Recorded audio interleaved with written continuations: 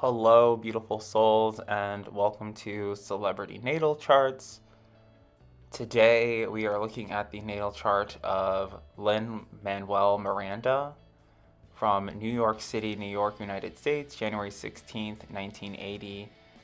Born at 11 a.m., birth time accuracy excellent.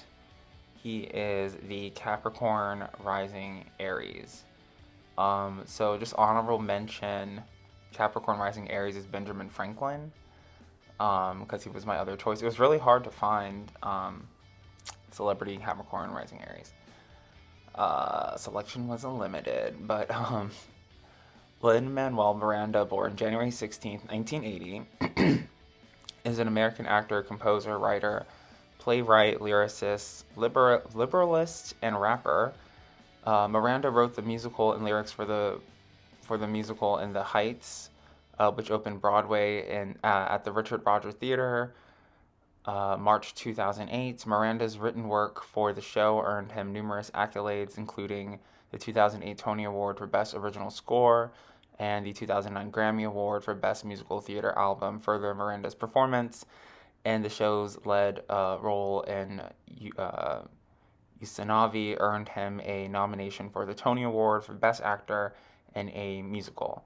Miranda is currently performing on Broadway in the lead role of Alexander Hamilton in Hamilton, a new musical for which he wrote the book, music, and lyrics. Hamilton won a 2015 Drama Desk Award for Outstanding Musical, and his accolades go on and furthermore. And so does Benjamin Franklin, too, like really long bios. Um, so, and I guess, Alexander Hamilton, Benjamin Franklin, they like knew each other, right? Like they were like kind of buddies. So maybe he doesn't mind sharing this reading with him. But so maybe this is how this is a composite chart. How I would do if someone was like I'm interested in a relationship with this person or a business relationship. Like how do our charts match up? But he is a spirit. So Rising Aries, the Rising Aries, just like I kind of said in the Rihanna video, it's like an amplification and a synchronicity with your chart because it directly lines up like house per sign. So you have the first house in Aries, you have the second house in Taurus, third house in Gemini, fourth house in Cancer, as the zodiac goes. So these people tend to be like very headstrong and have a lot of purpose and know what they're supposed to do and kind of have a mission of sorts, and they get a lot of their self-esteem from their father. So if their father's not really like overfilling their cup with self-esteem and praise, then it kind of sets them back. But I don't really see any type of like limitations with his self-esteem and connection to his father and his father's side of the family and their culture. He has the second house in Chiron. So, second house, Chiron, Taurus. This talks about like being able to milk a cash cow, which is something that he is able to help other people do, but maybe not so much for himself. So maybe he's been able to push a lot of people to certain rings of like fame and freedom that he has not been able to do for himself, or not in like maybe like his early life or his past, I guess, and not like so much his future, which is kind of an undeterminable time frames. Because the third house in Gemini, because that is the third house, and this says that he's really good at speaking and writing and making lyrics, and just as his bio says, he has a fourth house in Cancer. So this says like, he has a pretty like good attachment to his mother and his mother's culture and side of the family. So I would say that this person is like someone who's maybe like focused a lot on like mental health and spirituality and like doing things to make them feel good about themselves that are healthy. Um, and I'm like a big hater of Hamilton, so like it's like I'm kind of like ugh, like look at this chart, like it's so sweet. I don't know why. I like a couple songs. Um, but because said hater. Five, and then so his fifth house is in Leo, which he also has his North Node in, so it is his destiny to be famous and popular. And then, but so the fifth house in Leo, it's like maybe something that he doesn't value or thinks that is shallow. So maybe that is also a challenge for him as well, and also knowing that it is his destiny. Maybe there's been a long period of his life where he's like fighting against his destiny, and how he has been able to, will be able to, should be able to overcome that obstacle is his sixth house in Virgo, where he also has the planets Jupiter, Mars, and Saturn. So this has I guess like this is the thing about being like an actor or a model and like living like hand to mouth like per performance or whatever production that you do. It's like finding a day job and a way to make money every day. And he is very lucky at that, it seems, with Jupiter and Virgo and Mars. Like he's like aggressive, but it is also a limitation. So maybe he's like very pushy with sales or marketing. Um, which he's in Aries, so like be aggressive, be aggressive, you know. But maybe it's like to softer people or people that like maybe even like or like I guess like being a rapper, like trying to appeal to people that don't have a lot of cash flow and trying to get cash out of them as well. It's like a limitation with this Saturn here. But being a Capricorn and Saturn being its ruling planet, it's like limitations and overcoming them, and maybe finding some way to enrich his following, so that they are now. I mean, that's like sort of like the thing, like using like rap music to get people who maybe wouldn't invest into Broadway. And then his seventh house, he has Libra, saying that someone with like a Libra sun would be a good match or partner for him. Um, and also he has the planet of Pluto in Libra as well.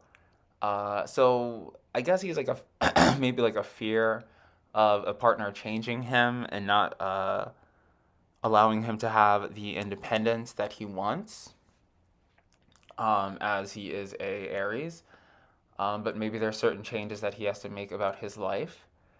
Then he has the eighth house in Scorpio, which talks about a deep connection to occultism and magic, and maybe even having like dreams and visions about his future, and maybe even wanting to fight against them. Like, oh, like if you don't know that you're going to be on Broadway and you keep constantly having dreams where you're like Alexander Hamilton and you're like dancing on a Broadway stage. And like, is it the 1890s? What's going on? Why is everybody dressed like this? It seems scary, maybe like a nightmare. Like, how come there's no TVs and how come everybody's looking at me? And then actually like, oh, okay, to play and I'm on Broadway. Okay, that's weird. Um, and then he also has Uranus in Scorpio as well. So it's like, yeah, like clear, clear vision of the horizon of his future, um, as Aries would. Um, and then with Capricorn, like I said, um, maybe finding some way to commercialize what he does in a like megalomart sort of way with like the sun and Capricorn as well. Some way to bring like Walmart into Broadway, Broadway into Walmart. And in his ninth house, we have Sagittarius and also the sign of Neptune, where so I keep saying that Neptune is the TV antenna of um, the like planets. So and they so like whoever was like first break onto television or into um, movies and things like that, um, was probably someone who was a Sagittarius and someone who's like in competition with him. And then in his 10th house, he has Capricorn, obviously, his destiny, his sun, his soul, his purpose, he's always known. He might have even like spoken about it a lot. He might have started a lot of these projects at a very young age and people are very like proud of him. He might be like someone who like really believes in speaking things into existence. He also has the moon in Capricorn as well, and also his midheaven. So it's like I feel like when people have the sun and moon in the same sign, it's like this thing, especially with Mercury too, it's like, I am what I am and I say what I am. There really is no hiding like their purpose. Uh, uh, and not even that they should or need to, but like it's just they're unapologetically themselves, whether they like it or not. And then in his 11th house, he has Aquarius. Um, and I don't know, I'm like so exhausted. It's like Capricorn's like trying to get up a large hill, you know? Um, and his 11th house, he has Aquarius. And I think he also has the Venus in Aquarius, as it says. Or no, Venus in Pisces. Okay. So the 11th house, he has Aquarius. Um, 11th house Aquarius, it's like he's adapted to new technologies. I mean, like, this has been sort of like a thing that's maybe been on my mind throughout this series is like the different um, ways that media is distributed. And in the Jason Bateman video, I was talking about how he might want to do like Broadway and like, you know, do some way to like monetize his performances. And so perhaps Lin-Manuel Miranda might be at the top of accomplishing things like that, or like setting the uh, the footwork for that, or legwork or whatever. And and his 12th house, he obviously has Pisces, and in his 12th house he has Pisces, and he also has Venus as well. So Venus in Pisces, as I keep saying throughout this series, is like the real cutesy sign. It's real like adorable, um, like cute little teddy bear eyes and things like that. So that's him. There's sort of this like scary energy about him too that kind of has me like quaking and like a little bit of like feeling of fear. Um, but other than that, I think he's like probably a good person. And that is Lin-Manuel Miranda. Thank you. And thank you so much for liking, sharing, subscribing. Maybe we'll talk about Benjamin Franklin a little bit. Like I literally like at the end of his chart, I like got scared. I was like, oh God, like, oh, I could hear like what is it? Like Be Prepared by Scar. I don't know. Do you want to? Yeah. So I don't know. Yeah, it's like his. There's something else going on with Lin-Manuel Miranda that is a little bit spooky.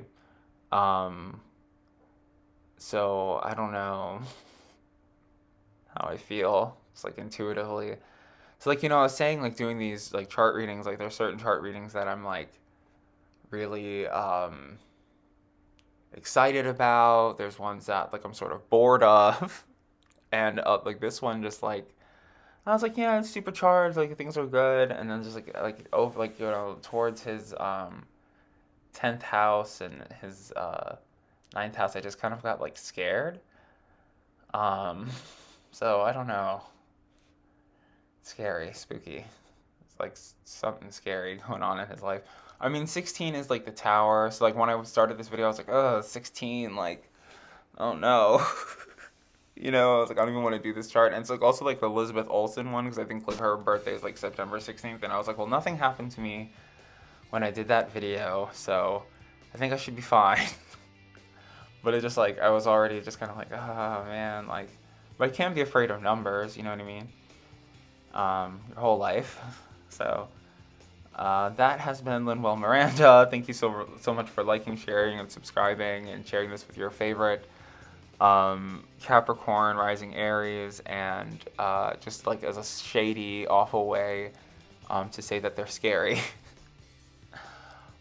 Just kidding.